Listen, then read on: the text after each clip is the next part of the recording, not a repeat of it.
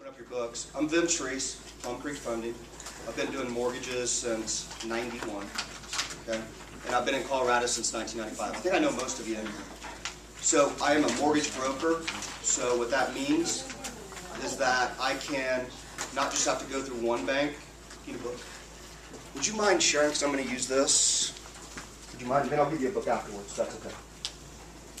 So I've been doing this since '91. And banks have something called underwriting overlays, okay? Are you guys familiar with the HUD letters or the FHA letters, things like that? Yeah, the mortgagee letter? The mortgagee letters, yes. Okay, so that's what HUD dictates. HUD dictates by whatever policies they want to make. But banks, each bank may have a separate underlying guideline rule, okay, or overlay.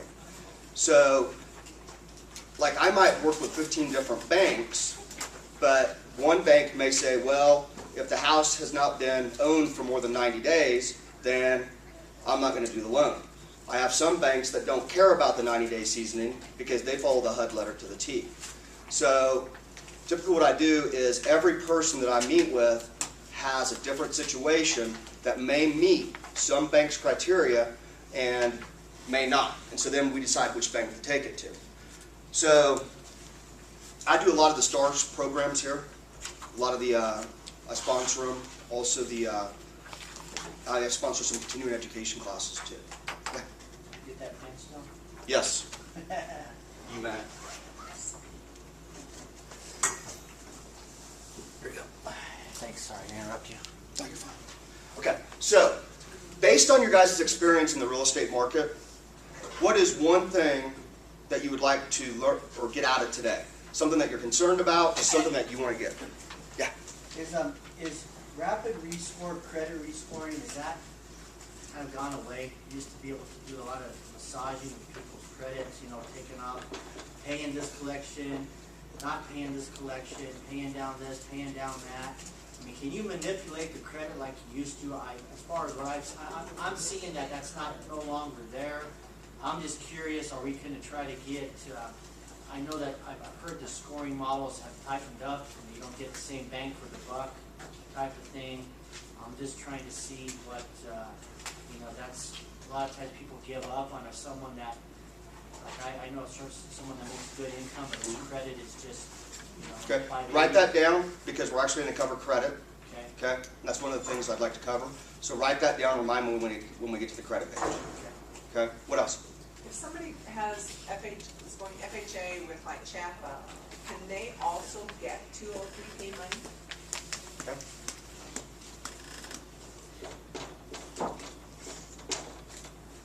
So FHA with down payment assistance or 203K? If it's at 2 or 3K.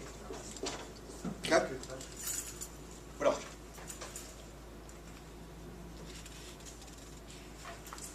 Anything else? One of the programs are out there that actually offer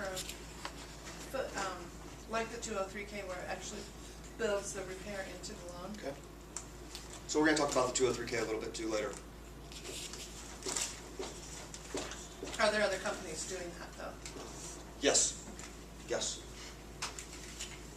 Anything else? Are there conventional programs that you can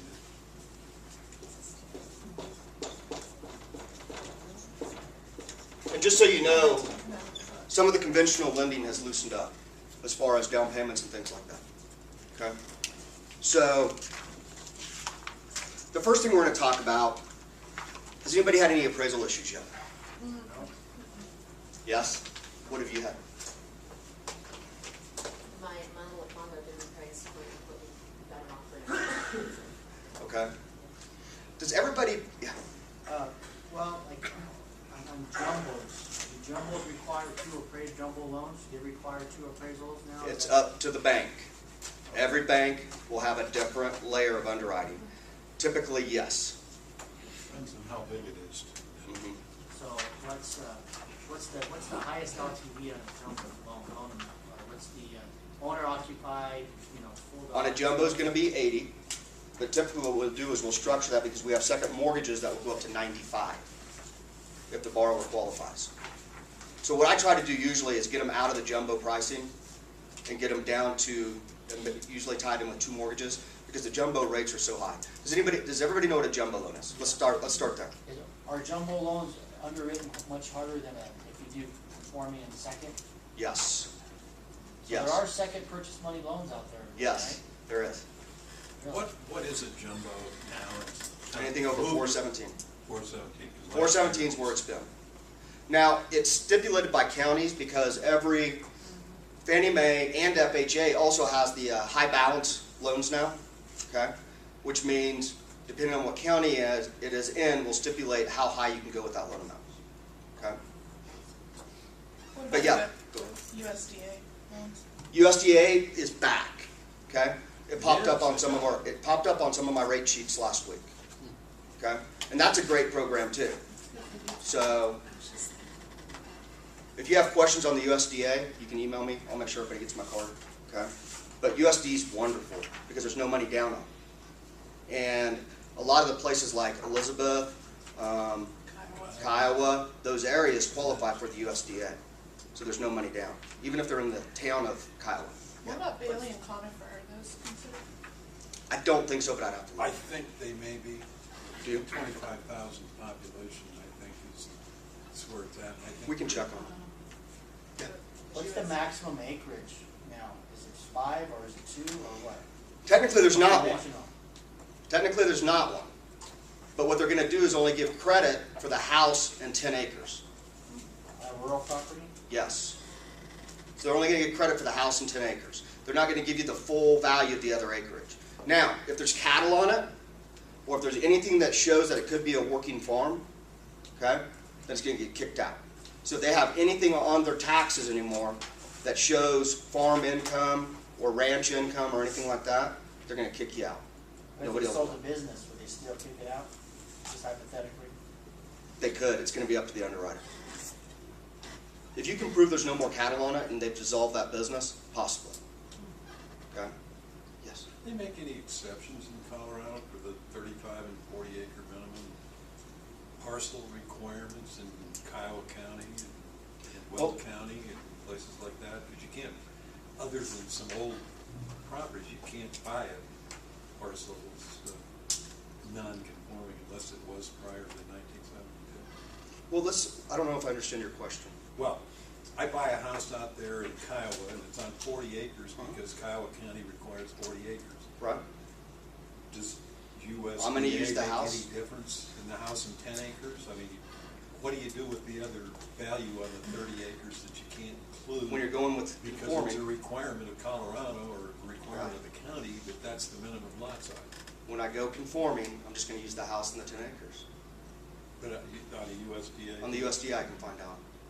I'm just curious because that's kind of an anomaly Mm-hmm. in so many counties where you have some old parcels that are smaller, but Right. Oh, I understand what you're saying. This is the way to look at it, okay? What do you think is the hardest type of property to sell if the bank goes into foreclosure, if they go into foreclosure with the bank? What are the different properties that are hard to sell for the bank? Condos. Condos? What else? rural. Rural and jumbos. Mhm. In that order? Not necessarily, because like if somebody has a $2 million mortgage out there, that could be tougher to sell than somebody that's on a rural property that's only worth 170. So it depends on all the different situations. But, so the banks look at it like, okay, what's the risk of us underwriting this mortgage? Okay? So jumbo rates aren't very good right now because nobody wants to buy them. Okay? So you're better off structuring it with an 80-20 or a 95-80, something like that, or I guess a 15-80, instead of doing the big jumbo loan. The acreage stuff, they're going to shy away from it. And I had an example a couple years ago where it was about 40 acres, but they had cattle on their tax returns. Okay? If you're making money off of your property, they are not going to lend on it. Okay? And if they do, then you're going to have to go somewhere with a higher rate. And usually the local banks are better for stuff like that. What about secondary loan, or second home? Can you go USDA on a second home, that's acreage? I don't believe so. I'll have to find out. but I'll find that one out. So the HVCC, does everybody know what the HVCC is? No. Okay. It is the Home Valuation Code of Conduct. Okay? It was implemented because in New York, in the state of New York is where it originally started, and it was implemented because the government felt like the appraisers were overinflating values, the realtors and the mortgage brokers were coercing the appraisers to do that. So what they did is they drew a very thick wall between appraisers and between the mortgage broker and between the real estate agent. So if you call an appraiser to come out and inspect a house that you have listed, okay, if that appraiser feels like he is being pressured to get a certain value, if the bank finds out, they can make that appraisal null and void. Okay? Mortgage brokers aren't allowed to talk to the appraisers at all. Okay? And it was to protect the consumer is what they were thinking. Okay? So they thought that it would bring the appraised values back into line. So now there's some pros and cons of it. The pros is, does it really protect the consumer? What does everybody think? 5 years ago, I used to pay for appraisals because I knew what value they were going to be coming in at. Okay? So I had enough faith in the market and with my consumer that I would just go ahead and pay for the appraisals up front. Do you think I still do that? No. No. So the end result is the consumers are actually paying more money now because they're going to pay for the appraisals up front because we don't have any control over it. We have no idea where the comps are coming in. And so we charge all the consumers up front now. Okay? And in the past it used to be where we didn't do that, but because of the HVCC it's forced us to do that because, I mean, you do 20 loans a month, 20 appraisals, if you have 10 go bad, 10 times $450. It's a chunk of change. Do you get that payment prior to the appraisal? Yes. And I'm required to wait 72 hours before I order the appraisal. Okay, so this is another heads up. Required to wait 72 hours so the borrower can be disclosed to before the appraisal is ordered because they're not allowed to pay any fees until that 72 hours is up. Okay? Or is it from what date? From the time of application? From the date they signed the truth in lending. Oh, so you can't order the appraisal 3 days until after the lending has been signed? If I'm going to have the consumer pay for it. From the day it was generated from the system or the day of the Signature. Signature. Okay? Some banks won't even let you order it until 72 hours after they've disclosed to them, until after submission. Okay? So if we're tied on guidelines, sometimes I'll go ahead and, if I feel really good about it, I'll go ahead and pay for it up front if we're tied on deadlines. But just a heads up, when you're doing your appraisal objection deadlines and your appraisal inspection deadlines, just remember, right now they're slow anyway, so you're looking at a good 7 days, 5 to 7 days before you get it in. Okay? So if you can stretch that out as long as you can, you're better off. Okay? So the appraisers took less money to be in these pools. The appraisers took less money. And so what happens is a bank sends out an order. The bank sends out the order and they have bids on it, kind of like, it's almost like eBay. They have bids on it. Okay? So if an appraiser, if nobody comes in at the, see, we don't even know what the price of the appraisal is going to be half the time. Because let's say they send the first one out at $4.25 or at $400, nobody bites. So they send it out again at $425, nobody bites. My last appraisal cost $475. Okay? So do you think that money's going to the appraiser? No. They're having to split it with the management companies. So do you think the appraisers are happy about this? No. No. They're getting paid less overall. So what I've seen happen because of that is we're starting to get appraisals in that say subject to a window well covering. Okay? Oh, so they can get more fees, huh? Uh-huh. So then they have to go back out and re-inspect to confirm that that was done. There was an area, it was an all, the house was vinyl sided. Vinyl sided. Okay? All it had was trim. Up on the top peak of the roof, there was a little bit of faded paint and a little bit of chipping. Guess what? The appraiser noted it, appraised it as subject to, okay? The agent actually went out, got up on the roof and painted it, and the appraiser went back out there.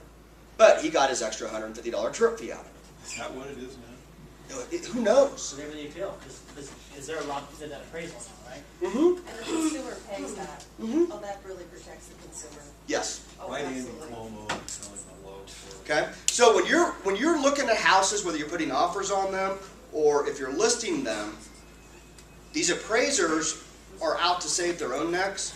They don't care about the transaction because they're getting paid no matter what. Okay? So really look over the property. Really look over it.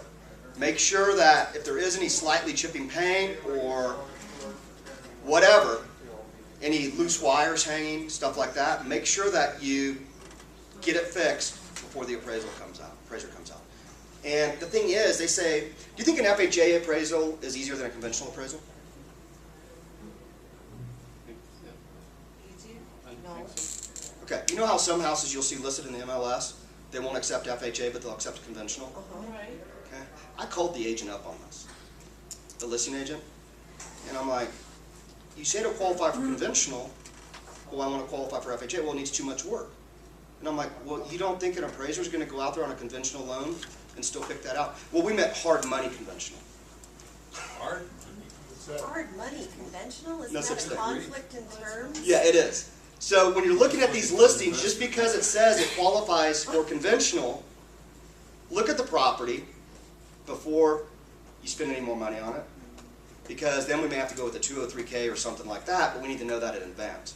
I mean, I've had issues where, actually somebody in my office, okay, they were putting 30% down on an investment property. Okay, it was going conventional. But the appraiser came back in and said that there was $15,000 in deferred maintenance because of the carpet. And we could not get the appraiser to change it. 15,000? It was ridiculous. How big was that house? It wasn't that big.